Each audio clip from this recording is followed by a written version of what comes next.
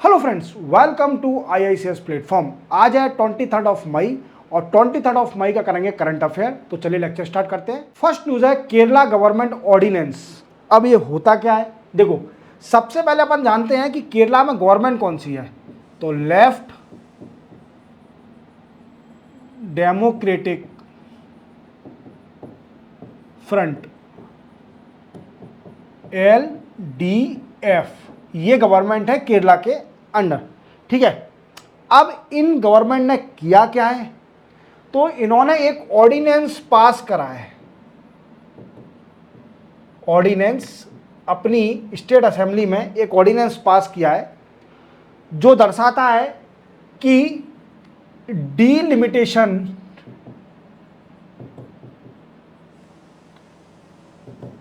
Commission setup किया जाएगा। Delimitation commission setup किया जाएगा। अब डीलिमिटेशन कमीशन होता क्या है, तो देखो डीलिमिटेशन कमीशन डिसाइड करता है, डिसाइड द बाउंड्रीज ऑफ, अब वी कैन से कंस्टिट्यूएंसी और ward. Local self government ward नहीं होते, ये वार्ड्स, कंस्टिट्यूएंसी और वार्ड्स की बाउंड्री डिसाइड करता है कि मतलब ये कंस्टिट्यूएंसी में कितना एरिया आएगा, कितने लोगों का एरिया आएगा जहां तक वोट दे सकते हैं। समझ में आ गया। अब हुआ क्या है, देखो इनने तो ये पास कर दिया, इनने बोला कि हम एक डीलिमिटेशन कमीशन सेटअप करेंगे, ऑर्डिनेंस में बोला। और वो क्या करेगी, वो लोकल सेल्फ गवर्नमेंट के वार्ड डिसाइड करेगी अकॉर्डिंग टू 2011 सेंसस के अकॉर्डिंग। आपको पता है कि कंस्टिट्यूएंसी और वार्ड डिसाइड होते हैं on the basis of population, on the basis of population के बेसिस पे होते हैं। अब 2011 के सेंसस से ये डीलिमिटेशन कमीशन डिसाइड करेगा कि कितना वार्ड कितना होगा। तो ऑब्वियस सी बात है, पॉपुलेशन बढ़ी है तो वार्ड भी बढ़ जाएंगे। बट ये सर जी हैं, इन्हें अच्छी खासी केरला गवर्नमेंट को रुला के रखा है। ये हमारे गवर्नर, केरला के गवर्नर जिनका नाम है आरिफ मोहम्मद खान, इन्होंने इस ऑर्डिनेंस को रिजेक्ट कर दिया और रीजन दिया on MCC model of code of conduct, means आचार संहिता लगी हुई है और ऐसा कोई ऑर्डिनेंस सरकार नहीं निकाल सकती। अगर उसको कोई भी ऐसा ऑर्डिनेंस निकालना है तो उससे निकालने से पहले आपको परमिशन लेनी पड़ेगी फ्रॉम इलेक्शन कमीशन की परमिशन लेनी पड़ेगी। अगर आपको डीलिमिटेशन कमीशन बिठाना है तो आपको परमिशन लेनी पड़ेगी इलेक्शन कमीशन की। तो समझ में आ गया होगा। अब जानेंगे कि डीलिमिटेशन कमीशन जो केरला बनाने जा रही है उसमें कितने मेंबर होंगे। तो देखो डीलिमिटेशन कमीशन के अंदर एक तो होगा जो चीफ होगा स्टेट इलेक्शन कमीशन का, तो हेड ही करेगा। ठीक है, इसी के साथ इसमें 5 मेंबर होंगे, 5 मेंबर किस रैंक के, रैंक ऑफ सेक्रेटरी रैंक के 5 मेंबर होंगे। और एक तो जो स्टेट इलेक्शन कमीशन का हेड है, चेयरमैन है, वो इसको हेड करेगा। तो आरिफ मोहम्मद खान जी जो कि गवर्नर है केरला के, उन्होंने इस ऑर्डिनेंस को रिजेक्ट कर दिया है on sitting on the reason of that's a model code of conduct. आपने यहाँ पर आचार संहिता लगी हुई है अभी पूरे इंडिया में, तो आप अभी ऐसा कोई ऑर्डिनेंस ना निकालिए जिससे डीलिमिटेशन कमी करना पड़े। तो चलते इसी के साथ हम नेक्स्ट न्यूज़ पर। नेक्स्ट न्यूज़ है हमारी फाइनेंशियल फ्रॉड। देखो आप जानते होंगे, कई बार आपके पास भी फ़ोन आया होगा, कभी किसी कंपनी से या किसी फ़ोन पे से कि सर आपका कैशबैक निकल गया है, आपको 5,000 रुपये कंपनी की तरफ से कैशबैक मिलने वाला है। तो आप जल्दी जाइए, फ़ोन पे खोलिए, वहाँ पर एक लिंक आएगी, उस पर क्लिक करिए और 5,000 रुपये आपके अकाउंट में आ जाएंगे। जैसे ही आप बड़े खुश हो गए, आपने जैसे ही फ़ोन पे खोला, लिंक पर क्लिक किया, आने की तो छोड़िए, 5,000 रुपये आपके ऑलरेडी बैंक से चले गए। देन आफ्टर आपने उसी नंबर पर कॉल लगाओगे, पूछोगे कि यार हमारे तो 5,000 चले गए, तो सर वो भी आ जाएंगे वापस, आपको दोबारा लिंक भेजता हूँ मैं, आप उसको फिर से क्लिक कर देना तो आपके पैसे वापस आ जाएंगे। तो वो फिर से क्लिक कर देता है और 5,000 रुपये फिर से और उड़ जाते हैं, तो 10,000 का नुकसान, और फिर मोबाइल बंद, फिर कॉल ही नहीं जाएगा, फिर आप कहीं भी घूमो फाइनेंशियल फ्रॉड करो। तो आपके संग फाइनेंशियल फ्रॉड हो चुका है। तो अभी इंडिया में जो हाफ ऑफ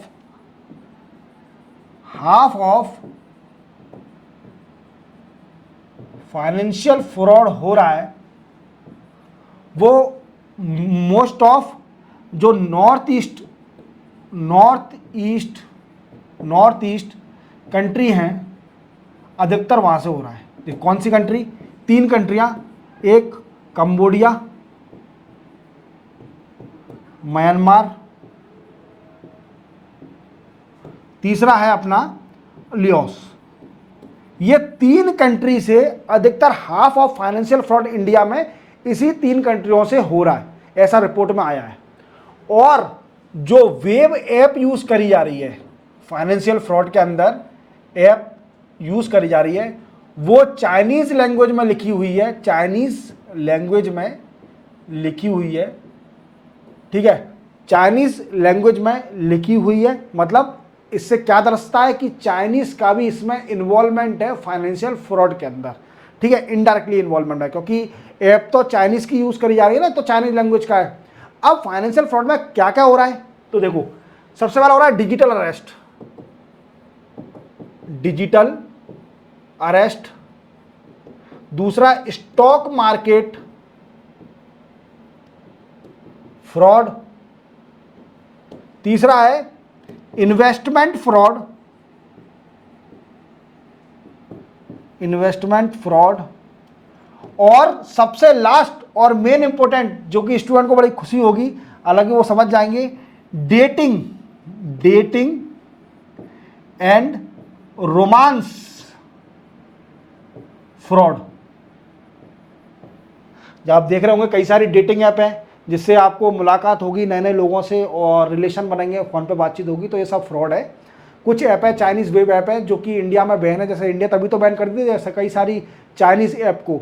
तो इन चीज़ों से बच के रहिए। चलते अपन नेक्स्ट न्यूज़ पर। नेक्स्ट न्यूज़ हमारी कंज्यूमर प्राइस इंडेक्स के ऊपर। तो देखो, एक यूनियन है जिसका नाम है सेंटर फॉर ट्रेड यूनियन। इन्होंने सेंट्रल गवर्नमेंट से रिक्वेस्ट करी है कि आप जल्दी से जल्दी CPI IW का इंडेक्स निकालिए, जो फॉर फेब और मार्च का। ये होता क्या है? तो CPI IW होता है consumer price index industrial worker. ये क्या होता है? तो आप जानते हो कि इसका यूज किसमें करा जाता है? Regulation of wage and dearness allowance of worker and employ. तो सेंटर फॉर ट्रेड यूनियन जो है, उन्होंने रिक्वेस्ट करी है सेंट्रल गवर्नमेंट से कि आप जल्दी से जल्दी फरवरी और मार्च का जो CPI IW है, इंडस्ट्रियल वर्कर का जो कंज्यूमर प्राइस इंडेक्स है, उसको निकालिए, क्योंकि वो सबसे बड़ा फैक्टर बनता है किसमें? रेगुलेशन ऑफ वेज डिसाइड करने में, जो कि आपको सैलरी मिलती है वर्करों को या वेज मिलता है डेली बेसिस पर, और एम्प्लॉय का वेज, और दूसरा होता है डियरनेस अलाउंस, महंगाई भत्ता, जिसको अपन हिंदी में बोलते हैं महंगाई भत्ता, जो एम्प्लॉय को मिलता है, साल में शायद 2 बार मिलता है डियरनेस अलाउंस। तो उसके कारण क्या हो रहा है? डियरनेस अलाउंस डिसाइड नहीं हो पा रहा है, तो वेज में भी दिक्कत आ रही है। तो जो सेंटर फॉर ट्रेड यूनियन है, उन्होंने बोला है कि आप जल्दी जल्दी CPI IW को निकालिए। समझ में आ गया? अब ये डिसाइड तो करता है इंडस्ट्रियल वर्कर के लिए डिसाइड करेगा। देन आफ्टर ये आपको पता चल गया। चलते अपन नेक्स्ट न्यूज़ पर। नेक्स्ट न्यूज़ है हमारी RBI। देखो, रिजर्व बैंक ऑफ इंडिया ने डिसाइड कर लिया है कि वो सेंट्रल गवर्नमेंट को 2.10 लाख करोड़ रुपीस देगी। देख रहे हो आप, 2,10,000 करोड़ रुपए देने वाली है financial year of 2024 24 financial year में आरबीआई सरकार को 2,10,000 करोड़ रुपीस देने वाली है। आप देख रहे हो इंडिया पे कितना पैसा है, मतलब इंडिया आरबीआई कितना पैसा दे रही है सेंट्रल गवर्नमेंट को, डिसाइड करा है कि आपको पैसा मिलेगा। और 2023 का देखा जाए तो सरकार को सिर्फ ओनली आरबीआई ने 87,000 करोड़ रुपीस दिया था। कितना? 87,000 करोड़ रुपीस ही ओनली दिया था। तो आप देख रहे हो कितना डिफरेंस है। एक साल में आरबीआई कमाई देखिए आप, आरबीआई कितना पैसा कमा रही है, अपने देश में कितना पैसा है। आदमी को लगता है कि क्यों, मैं समझ में नहीं आता कि इतना पैसा, मतलब क्या है कि we can say that's economical equality नहीं है। तभी इंडिया में पैसा तो बहुत है बट इक्वलाइज नहीं है, बैलेंस पैसा नहीं है कि हर बराबर हो पैसा। किसी पर बहुत ज़्यादा है, किसी पर बहुत ही कम है। और मिडिल के जो मिडिल क्लास एक कैटेगरी है, उसमें भी दो कैटेगरी बन गई हैं आजकल, लोअर मिडिल क्लास और अपर मिडिल क्लास। समझ रहे हो आप मेरी बात को? पहले क्या होता था कि मिडिल क्लास एक ही थी कि मिडिल का, अब राइट नाउ क्या हो गया, मिडिल क्लास भी दो हो गई हैं, एक लोअर मिडिल क्लास, एक अपर मिडिल क्लास। तो इसी वजह से वो तो छोड़िए, पुराना मैटर है। आरबीआई ने इतना पैसा दिया है कि 2,10,000 करोड़ रुपीस 2024 फाइनेंशियल में देगी और 87,000 करोड़ रुपीस 2023 में दिया था सेंट्रल गवर्नमेंट को। तो आपको डेटा याद रखना, फैक्ट याद रखना, ठीक है। चलते हैं नेक्स्ट न्यूज़ पर। नेक्स्ट न्यूज़ है हमारी अग्निवीर के ऊपर। देखो आपको पता होगा कि गवर्नमेंट ने एक अग्निवीर स्कीम निकाली थी। अग्निवीर, इस स्कीम में क्या था कि जो एस्पिरेंट है, जो भी तैयारी कर रहे हैं या लड़के, उनको रिक्रूट कराया जाएगा, रिक्रूट अग्निवीर फोर्स के अंदर 4 साल के लिए, 4 ईयर इन आर्मी, नेवी और एयरफोर्स। इन तीनों फोर्स में 4 साल के लिए जो स्टूडेंट है या जो तैयारी कर रहे हैं उनको अपॉइंट किया जाएगा 4 साल के लिए अग्निवीर में, मतलब तीनों फोर्स के अंदर। देन आफ्टर आर्मी इसका फिर से सर्वे कर रही है। आर्मी क्या है, इसको स्क्रूटनी कर रही है with discussing with stakeholder, क्या अग्निवीर को कंटिन्यू रखना चाहिए कि नहीं रखना चाहिए। ये अग्निवीर अभी न्यूज़ में क्यों है, क्योंकि आर्मी इसके ऊपर एक स्क्रूटनी कर रही है, डिसाइड करेगी कि इसको अपन कंटिन्यू रखें कि नहीं रखें अग्निवीर स्कीम को। क्योंकि क्या है कि अपोजिशन पार्टी हर बार ऑब्जेक्शन उठा रही है अग्निवीर के ऊपर कि सरकार ने ये गलत स्कीम निकाली है, अगर निकालना है तो रिक्रूट फुल टाइम के लिए करें ना, वॉलंटरी फुल टाइम के लिए। क्यों 4 साल के बाद क्या करेगा बच्चा? अब देखो 4 साल के बाद होगा क्या, देखो इन 4 साल जो रिक्रूट करे जाएंगे उसमें से 25% लोग बाग जो रिक्रूट होंगे उनको वॉलंटरी परमानेंट रिक्रूट कर दिया जाएगा इन आर्मी, नेवी और एयरफोर्स। इन्हें परमानेंट रिक्रूट कर दिया जाएगा on the basis of merit and organisation requirement. ये भी देखा जाएगा, ये जरूरी नहीं है कि 25% रिक्रूट ही कर लें, रिक्रूट करा जाएगा पर ऑर्गेनाइजेशन की रिक्वायरमेंट और मेरिट बेसिस को देखा जाएगा। अब देखिए 4 साल के अंदर कोई भी पर्सन जो भी रिक्रूट करा गया वो हो गया मोटा, हेल्दी, भगा ही नहीं जा रहा उसके ऊपर, तो मेरिट बेसिस थोड़ी है, वो तो हटाना ही पड़ेगा उसको, क्योंकि वो फोर्स के लिए एप्लीकेबल थोड़ी है। जो फिट है, जो अभी आगे और जॉब कर सकते हैं, तो उनको वॉलंटरी परमानेंट रिक्रूट कर दिया जाएगा अग्नि जो परमानेंट फोर्स है उसके अंदर on the basis of merit and organisation requirement. अगर उन्हें जरूरत पड़ेगी तो रिक्रूट कर लिया जाएगा, ठीक है। समझ में आ गया अग्निवीर के बारे में। तो आर्मी इस पर एक स्टेक होल्डर डिस्कस कर रही है कि इसको कंटिन्यू रखा जाए कि नहीं रखा जाए। तो चलते हैं अपन नेक्स्ट न्यूज़ पर। दिल्ली पावर प्रोडक्शन और दिल्ली पावर डिमांड। देखो क्या है कि दिल्ली में 8,000 मेगावाट इलेक्ट्रिसिटी डिमांड पीक पर पहुंच गया है। मतलब अभी तक की सबसे हाईएस्ट डिमांड है ये 8,000 मेगावाट। 8,000 मेगावाट अभी तक की सबसे हाईएस्ट डिमांड है दिल्ली के अंदर इस गर्मी में। पर गरीमत देखिए कि दिल्ली गवर्नमेंट, मैं तारीफ करना नहीं चाह रहा दिल्ली गवर्नमेंट की, पर देखो सरकार की ये अपन पढ़ने आए हैं और किसी भी सरकार का क्रिटिसाइज और ना ही किसी सरकार का तारीफ करिए, ऑलवेज न्यूट्रल रहिए, ठीक है। अब मैं आपको बताता हूं कि दिल्ली सरकार में एक चीज़ मुझे बहुत अच्छी लगी। When I was preparing for UPSC इन दिल्ली, तो आपको पता है लाइट का बिल स्टूडेंट के लिए कितना मतलब डिफिकल्ट रहता है कि किराया भी दो फिर लाइट भी दो। पर दिल्ली सरकार में एक उस टाइम जब मैं तैयारी करता था यूपीएससी की, तो उस टाइम एक स्कीम थी कि 200 यूनिट तक आप अगर जलाते हो, 200 यूनिट तक जलाते हो आप 200 यूनिट तक, तो आपका जो बिल है वो आधा हो जाएगा।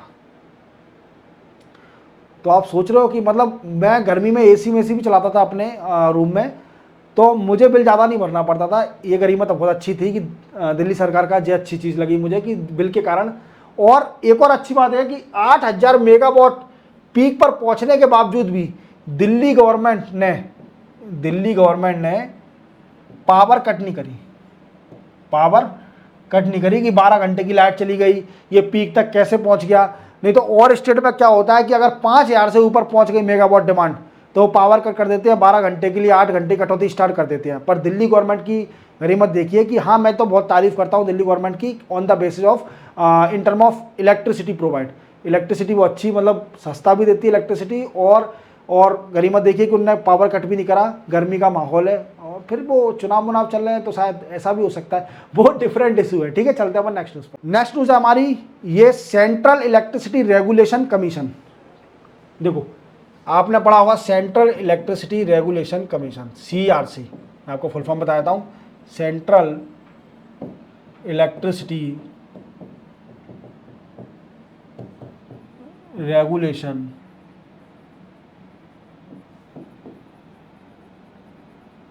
कमीशन, ठीक है, ये इसका फुल फॉर्म है।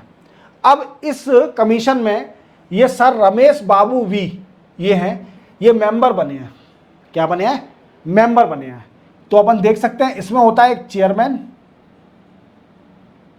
और 3 मेंबर, 3 मेंबर। तो एक मेंबर बन चुके हैं रमेश बाबू वी, ठीक है। अब ये बना किस एक्ट से था? तो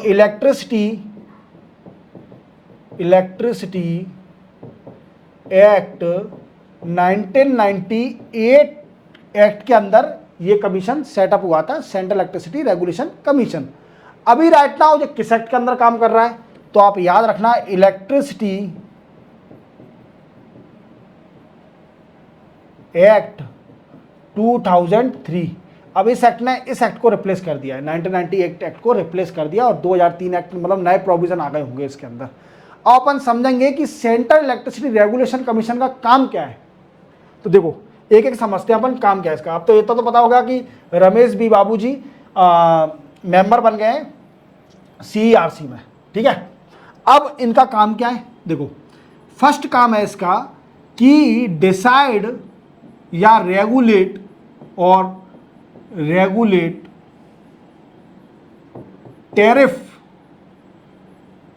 टैरिफ ऑफ जनरेटिंग इलेक्ट्रिसिटी।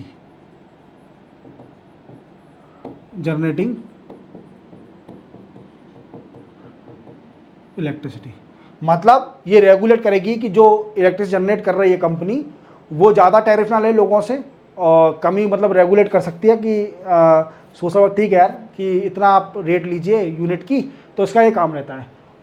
ये क्या, जो generating electricity on by government, ठीक है, जो कि गवर्नमेंट ने ऑन करके रखी है, मतलब गवर्नमेंट की खुद की है या फिर गवर्नमेंट फंड दे रही है उसमें जनरेटिंग कंपनी में। दूसरा काम होता है इसका रेगुलेट दी इंटर स्टेट इलेक्ट्रिसिटी ट्रांसमिशन। मतलब ये उसको रेगुलेट करेगी जो एक से दूसरी स्टेट में इलेक्ट्रिसिटी ट्रांसफर हो रही है। और तीसरा काम होता है provide licence to inter state electricity transmission, ठीक है, लाइसेंस भी देगी। चौथा काम होता है इसका, फोर्थ काम है, ये गवर्नमेंट को सजेशन देती है। Government are provided suggestion on electricity policy by CERC। समझ में आ रहा है कि पॉलिसी बनाने के लिए, जो इलेक्ट्रिसिटी पॉलिसी बनाने के लिए ये इसको रिकमेंड करेगी। तो आपको समझ में आ गया होगा कि रमेश बाबू भी ये मेंबर बने अभी CERC के अंदर। CERC किस एक्ट से बनी और इसके फंक्शन क्या हैं, और मैंने आपको बताया इसमें कितना, एक चेयरमैन होता है, 3 मेंबर होते हैं, और इन चीज़ों को याद रखना। चलते अपन नेक्स्ट न्यूज़। नेक्स्ट न्यूज़ है हमारी साइबर सुरक्षा। देखो, अनिल चौहान जी को तो आप जानते होंगे। अनिल चौहान जी कौन है? ये है CDS। अब CDS क्या होता है सर जी? यार आप नई टर्मिनोलॉजी बता रहे हो। Chief of defence staff. Chief of defence staff दूसरे हैं अनिल चौहान। ओके, याद रखना। अनिल चौहान जी ने एक अटेंड किया एक्सरसाइज साइबर सुरक्षा 2024। अब ये क्या करेगी? तो मैंने अभी बताया था ना, फाइनेंशियल फ्रॉड, साइबर सिक्योरिटी पर काम करेगी